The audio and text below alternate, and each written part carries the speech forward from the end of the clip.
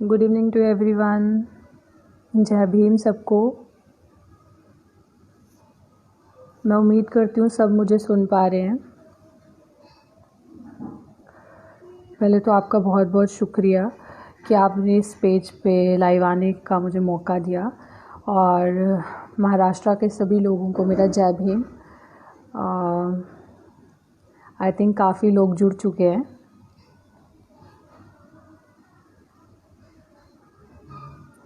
ये जो मुझे इनवाइट किया है, मुद्दा तो इन्होंने ये बोला है इसमें देश के हालात, ठोस कदम उठाने की ज़रूरत।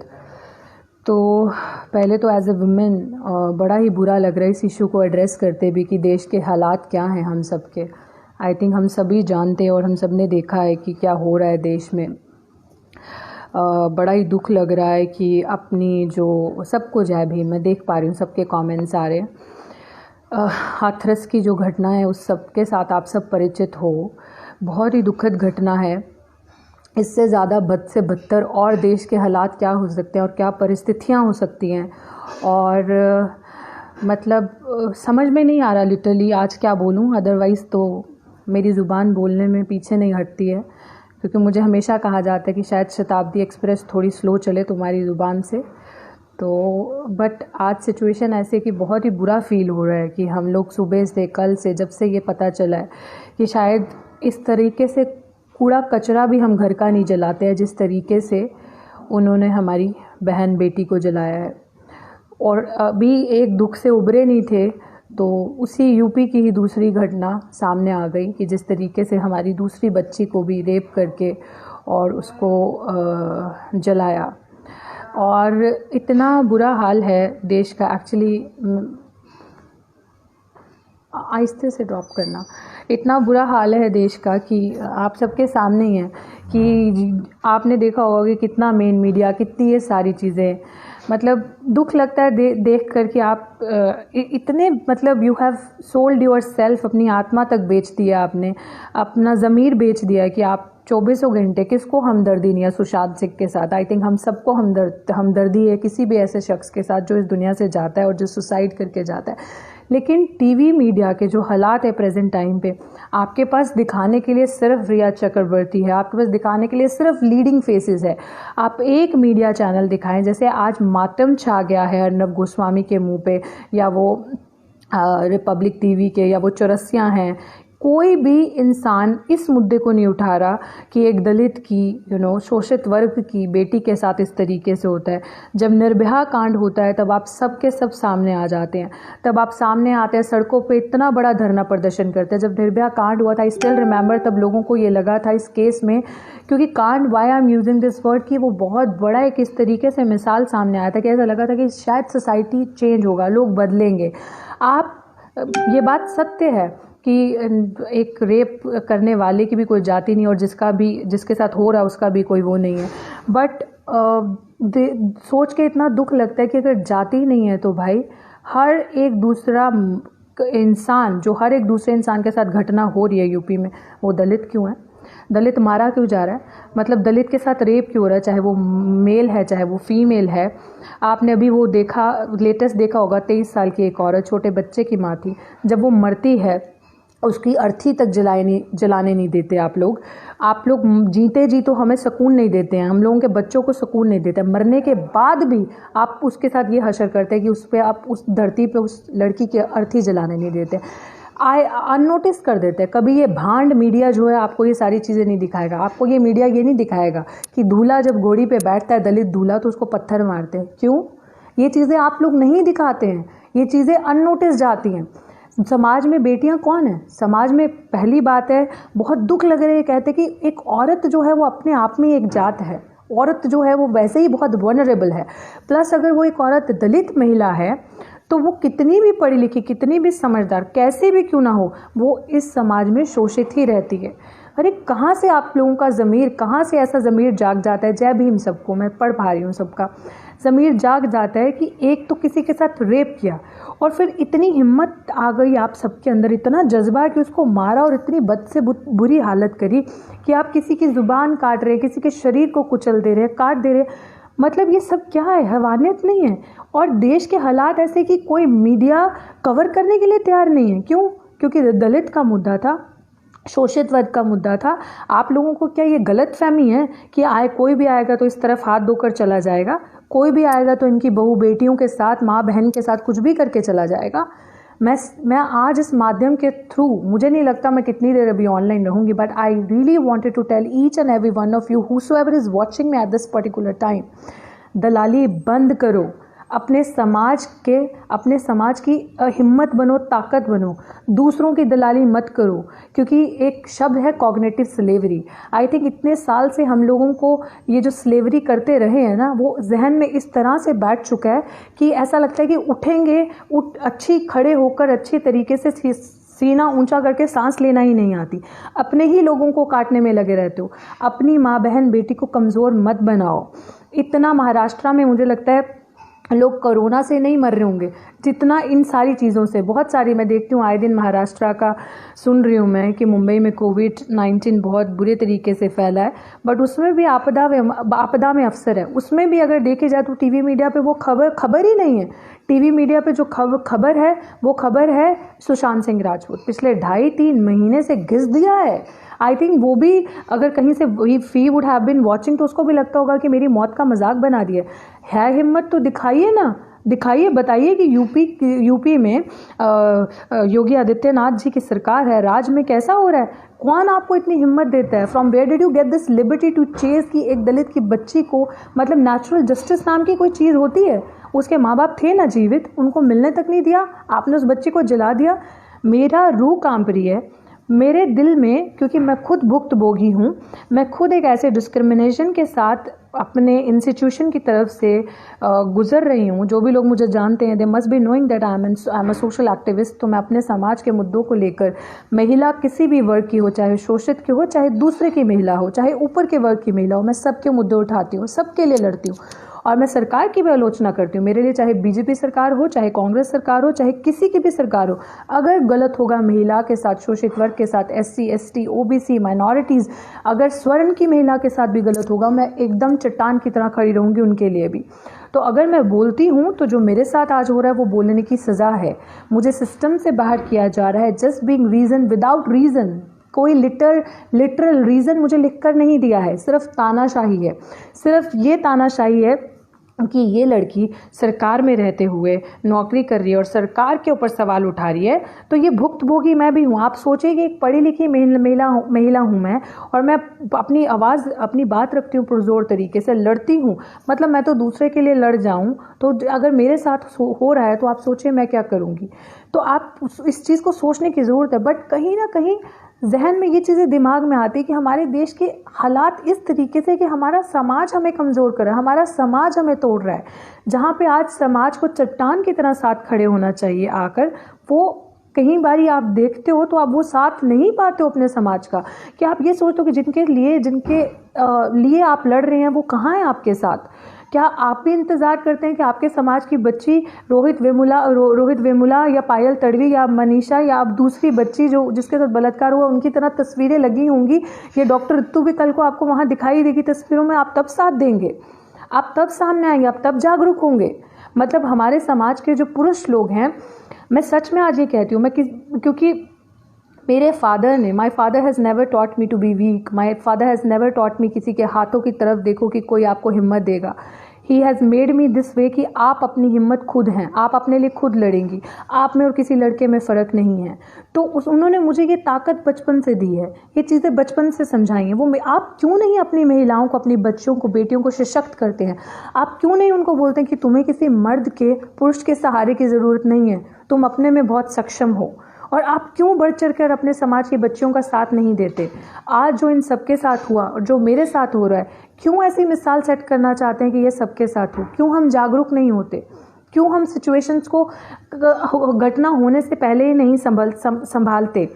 जिस तरीके का सरकार की गंदी नीतियों का, या एक इस तरह से एक मोनोपोली कह लो, या एक ऑटोक्रेटिक नेचर बन चुका है कि दलितों के पैर छूने से दलितों का उद्धार नहीं होगा। भला नहीं होगा जब तक हम फील्ड में आके उनके साथ लड़ेंगे नहीं। और बाबा साहिब, कांशीराम जी, ये सारी बड़ी बड़ी हस्तियाँ, भगत सिंह 21 साल की उम्र में हमें इतना कुछ सिखा के चले गए। क्या हमें समझना नहीं चाहिए? क्या हमें अपनी यूनिटी को, एकता को समझना नहीं चाहिए? अब भी कुछ बचा है क्या खोने के लिए? we don't have अभी more things to lose, already we have lost a lot। तो आई थिंक अगर हम इन चीज़ों को संभाल लें, अभी भी वक्त आए तो बहुत अच्छा होगा हमारे लिए। हम लोग सब कुछ खोते चाह रहे जस्ट बिकॉज कि हमारे लोग अगर 85%, we are becoming the strength of those people. मैं ये नहीं कहती कि कोई अगर ब्राह्मण की कोख से जन्म लिया है तो वो बुरा होगा, और मैं ये नहीं कहती कि कोई दलित की कोख से जना है तो वो बहुत भला होगा, क्योंकि हमारे ही लोग सामने वाले की ताकत बन के उनको बोल्ड कर रहे हैं। अरे 15% कैसे भारी है 85% पे? कोई मुझे ये बताएगा कैसे भारी है? तो कुछ तो कमियां हमारे अंदर है ना, हाथ की 5 उंगलियां बराबर तो नहीं है ना, एक जैसी तो नहीं है, देख सक रहे हैं। तो कुछ तो कमियां इस पार्ट पे हैं कि वो एक मानसिक गुलामी करने की ऐसी आदत लगी है कि वो इतना सुकून मिलता है मानसिक गुलामी की, लगता है कि हम आगे बढ़ ही नहीं पाएंगे, उठ ही नहीं पाएंगे, अस्तित्व ही नहीं है हम लोगों का खुद में हम कोई पार्टी नहीं चला सकते, खुद में हम कोई संगठन नहीं चला सकते, हमेशा दूसरे का सहारा लेना है, औरतों को हम बढ़ने नहीं देते। क्या ड्रामा है कि औरतें सारी इज्जत हमने ही संभालनी है क्या? सारा चीज़ ऐसा क्या है जो दिन के उजाले में नहीं हो सकता, जो चीज़ हर रात के अंधेरे में होती है? ये हमने इस तरह की चीज़ें बनाई हैं समाज की, तो जिसकी लिबर्टी दूसरों ने उठाई, हमने अपने आप को कमज़ोर किया जिसकी लिबर्टी सामने वाला उठाता है। हमारी माँ बहन बेटी, हर किसी को मत बनने दीजिए पायल, हर किसी को मत बनने दीजिए मनीषा, हर किसी को ऋतु की तरह जीते जी जातिगत भेदभाव का शिकार होने मत दीजिए। आप लोग एक उसकी तरह, एक चट्टान की तरह खड़े रहिए अपने समाज के साथ। बाबा साहिब की वो मुझे चीज़ें याद आती है, उन्होंने कहा था कि जब देश की बात आएगी और मेरी बात आएगी तो मैं देश को पहले रखूँगा, लेकिन जब समाज की बात आएगी और मेरी बात आएगी तो मैं समाज को पहले रखूँगा। अरे जिसने इतना कुछ आपको दे दिया है, उन्होंने सिर्फ अपने समाज की महिलाओं को ये चीज़ें नहीं दी थी, उन्होंने दूसरे के समाज की महिलाओं को भी उतना ही सम्मान अधिकार दिया था। आप सोचें वो कैसा इंसान रहा होगा। क्या वो चीज़ें हम कर पा रहे हैं? नहीं कर पा रहे। खुद बदलेंगे तो देश बदलेगा ना, खुद बदलेंगे नहीं, खुद वही गुलामी भरी सोच रहेगी, वही एक गंदी घृष्ट मानसिकता के साथ रहेंगे। Do you think change can come? We can not bring change. किसी की चीज़, किसी दुश्मन की भी चीज़ अच्छी लगे ना तो ले लेनी चाहिए, किसी की चीज़। लेकिन क्या हम बदल रहे हैं? If we wish to see the change, Gandhi ने कहा, if we wish to see the change, be the change. Are we being the change? No, we are not.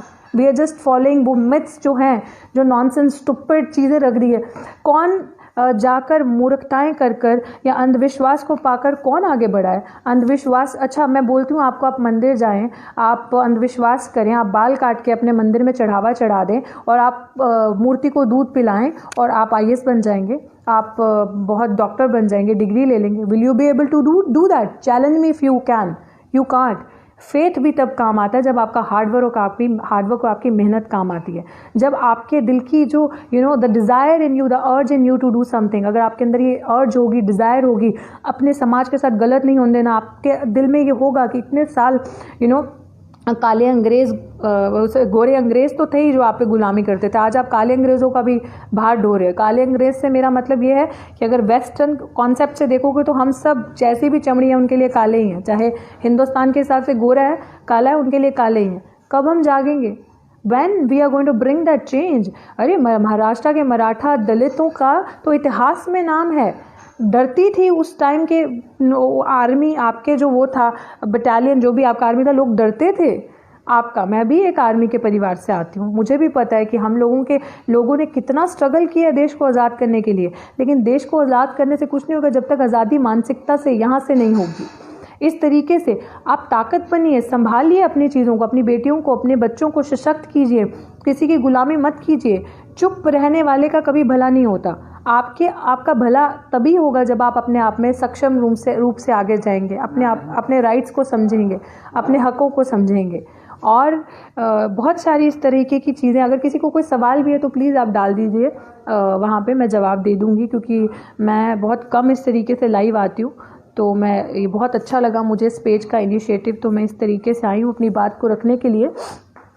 देश के मौजूदा हालात जो हैं, शायद मेरे दिमाग में भी इतनी चीज़ें नहीं हैं। बहुत सारी इश्यूज़ मैं उठाती हूँ, बहुत सारी चीज़ों पे मैं बोलती हूँ, लेकिन दिल इतना दुखी है कि घर में भी हम सबके ऐसा ही माहौल बना हुआ है। ये जो हुआ है बच्ची के साथ, कल भी हम लोग एक प्रोटेस्ट में जा रहे हैं, तो उन सारी चीज़ों में इतना बिजी हैं हम लोग रात दिन कि बहुत सारी ऐसी सिचुएशन हैं जिनके साथ अभी डील करना है। जब तक मनीषा को न्याय नहीं मिलता, जस्टिस नहीं होता, तो तब तक हम नहीं छोड़ेंगे ये चीज़ें। और क्या कहते हैं, मेरी जो भी लोग इस चीज़ को सुन रहे होंगे, अपने लोगों को कोशिश कीजिए सोशल मीडिया पे लेके आए, जितने से जितने हमारे लोग, क्योंकि सोशल मीडिया हमारी ताकत है। गोदी मीडिया आपको कभी नहीं दिखाएगा आपके क्या हालात हैं। आज मुझे I think it's been 55 days to me, I am fighting for the injustice. जिस जॉब में मैं थी उस जॉब में मैं अभी नहीं हूँ। 55 दिन हो गए मुझे, क्योंकि वो ऑटोक्रेटिक तरीके से जो एडमिनिस्ट्रेशन है वहाँ का मेरे साथ इस तरीके का उन्होंने किया है, जो मैं बोलती हूँ मुझे बोलने की सज़ा दी है, जिसका मुझे कोई लिखित उसमें नहीं दिया। तो अगर सोचिए, एक दिल्ली विश्वविद्यालय में बैठकर मैं इन जातिगत हरकतों का एक वो केस हूँ आप सबके सामने, तो सोचिए जो छोटे छोटे तबकों में, ज़िलों में, छोटी छोटी यूनिवर्सिटीज़ में, कॉलेज में लोग होते होंगे जिनकी अपनी आवाज़ नहीं है, जिनके पास रिसोर्सेज नहीं है, जिनके लिए लोग बोलते नहीं, कितने हेल्पलेस होंगे। आप सोचिए कि 2019 में रिपोर्ट आई है, 21 अक्टूबर की 2017 की रिपोर्ट है जो 2019 में आई है, रेप केसेस और crime cases against women 3.5 lakh. आप इमेजिन कीजिए, हर 15 मिनट में एक लड़की का रेप होता है। कौन देता है इतनी हिम्मत? कहाँ से आती है इतनी हिम्मत? क्योंकि सिस्टम मजाक में ले रहा है ना, एक वुमेन को, औरत को मजाक में लिया जाता है। हमारे देश में आई थिंक वैसे ही इतनी गंदगी चल रही है जो आजकल, स्पेशली पिछले कुछ सालों से। और आप ये सोचिए कि इतनी हिम्मत मिल जाती है कि एक दलित महिला का शोषण करना, उसको सामाजिक तुम्हें सोसाइटी में एक सम्मान नहीं देना, और ऊपर से उसका रेप करके उसको मारना काटना। कहाँ से आती है इतनी हिम्मत? क्योंकि जब तक हमारे देश में न्यायपालिका और कानून व्यवस्था अच्छे से काम नहीं करेगी, न्याय दिलाने के उस तरीके से, निष्पक्ष तरीके से काम नहीं करेगी, तब तक ये चीज़ें ना ही तो सुधरेंगी ना ही तो बदलेंगी। जब तक हमारे देश में ये घूस खिलाने वाला काम नहीं होगा, जब तक हमारे देश में हमारे लोग सामने वाले की ताकत नहीं बनेंगे, तब तक ये चीज़ें नहीं बदलेंगी। फैसला आपका है। एक एक करते आपकी बच्चियों की, माँ बेटियों की, बहनों की बलि चढ़ती जा रही है, चढ़ती जाएगी। अगर आप अभी नहीं जागे तो आई एम श्योर आप कभी नहीं जागेंगे। किसी का कोई सवाल है आप कर दीजिए, आई एम ऑलमोस्ट डन। तो अगर किसी का कोई सवाल है मैं एक बारी देख लेती हूँ। Nice speech. ये स्पीच तो एज सच नहीं है, बट एक सेकेंड। महाराष्ट्र के लोग, मैं आपको इसलिए भी ये सारी चीज़ें बोलना, सॉरी मैं पढ़ नहीं पा रही हूँ सारे सवाल, तो मैं आप सबको इसलिए भी ये चीज़ें बोलना चाह रही हूँ कि आप लोगों का तो इतिहास में नाम है। जो कुर्बानियाँ, जो क्रांति आपने की है, तो शायद ही वो ऐसे कोई थे वॉरियर्स, एक सिख रेजिमेंट होगा और एक आपका होता था। तो you guys have been leading examples in the history as well. और ये भी कहूँगी कि जो लोग इतिहास नहीं जानते ना, वो कभी इतिहास नहीं लिखते। तो अपना इतिहास जानना बहुत ज़रूरी है। बाबा साहिब को पढ़ना बहुत बहुत ज़रूरी है। समझिए, आई थिंक बहुत लेट हम, क्योंकि वैसे ही we have very less literature, हमारे पास वैसे ही लिटरेचर बहुत कम है, और जो भी है उसको पढ़िए, उसमें अपनी पकड़ कीजिए। और मुझे तो ऐसा लगता है कि सभी मिलके बॉयकॉट कीजिए टीवी मीडिया का, और सोशल मीडिया पे अपने लोगों को, अपनी बहनों को, अपनी बच्चियों को जागरूक कीजिए। क्योंकि अगर ये न्यूज़ सोशल मीडिया के थ्रू नहीं आती, पता नहीं चलता हमें मनीषा का, क्योंकि मनीषा की खबर पकड़ी गई तो हमें पता चला। अगर ये खबर अभी जम्मू कश्मीर में पिछले महीने की बात है, वो रिपोर्ट करवाई थी मैंने खबर, मुझे फ़ोन आया था जम्मू कश्मीर से। वहाँ पे एक बच्चे का, वहाँ पे भी ज़मीनी चक्कर था। वहाँ पे अपर कास्ट ने अपर कास्ट के लड़कों ने एक लड़के को पेचकास, जो टूल होता है, उस जो बड़ा शार्प टूल होता है जिससे हम नट वट खोलते हैं, उससे उसकी गर्दन पे बहुत छींकते हैं, मार मार के पूरे शरीर पर उसकी हत्या कर दी। ज़मीनी कोई चक्कर था, और उस बच्चे का अननोटिस गया। उन्होंने प्रोटेस्ट भी किए वहाँ पर जाकर, वहाँ पे भी आई थिंक दबाव डालने की कोशिश करी, किसी ने उस खबर को नहीं पकड़ा। तो मेन मीडिया दिखाएगा? कभी नहीं दिखाएगा। आप न्यायपालिका में जाएंगे, इट्स वेरी रेयर आपको आज के टाइम पे जस्टिस मिलेगा। It's very, because we don't have our people there, we don't have, हमारी बच्चियाँ कहाँ हैं? इवन कि जो मुस्लिम वर्ग भी मुझे सुन रहा है यहाँ पे, अगर मेरे मुस्लिम फ्रेंड्स भी हैं, तो प्लीज़ अपनी बेटियों को, अपनी बहनों को, बच्चियों को आगे आने दें, पढ़ने दें, वकील बनाएं, प्रोफेसर बनाएं, IAS बनाएं, ब्यूरोक्रेसी में जाने दें, एडमिनिस्ट्रेटिव सर्विसेज में जाने दें, डॉक्टर बनाएं, आगे भेजें। आई अंडरस्टैंड दैट मैरिज का एक प्रेशर है, ठीक है, सोसाइटी का जो है so called, but let's not have this notion कि that's their destiny. Let them chase the freedom. Social media पे लेकर आएँ, सोशल मीडिया के माध्यम से जागरूक होंगे, क्योंकि हमारी सुनवाई, पैरवी सुनवाई, हमारा वकील, हमारी अदालत सब ये है। तो मेरी यही आप सबसे एक रिक्वेस्ट भी है कि आप लोग इन सारी चीज़ों को फॉलो करें। और जब भी आपका कोई बच्चा, बेटी, बुज़ुर्ग या आपके समाज का कभी भी ये कहता है कि उसके साथ शोषण हो रहा है, तो जीते जी उसको मजाक मत समझें, उसका साथ दें। ये ना समझे कि कोई नहीं, कोई और कर लेगा। दूसरे के कंधे पे बंदूक रख के चलाना छोड़ दें। ये डिले इज़ डिनाइंग। अगर आप डिले करते हैं तो दैट इज़ डिनाइंग। सो आप डिले ना करें उस चीज़ को, और आप उस चीज़ को समझें ताकि उसके साथ नेचुरल जस्टिस हो, और वो आप लोग उसका समाज में ताकत बने। क्योंकि दूसरे वाले के पास तो सारे रिसोर्सेज हैं, सारे सुख सुविधा साधन हैं, नेचुरल रिसोर्सेज से लेके। एक सेकेंड होल्ड कीजिएगा। हाँ, मैं बंद कर दूँ, अब ख़त्म कर दूँ? ठीक। किस? हाँ जी, अच्छा ठीक है। कोई इशू रह गया तो? कोई इशू?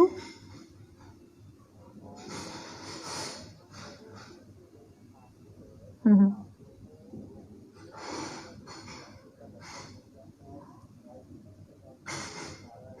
हम्म हम्म ठीक है, ठीक ठीक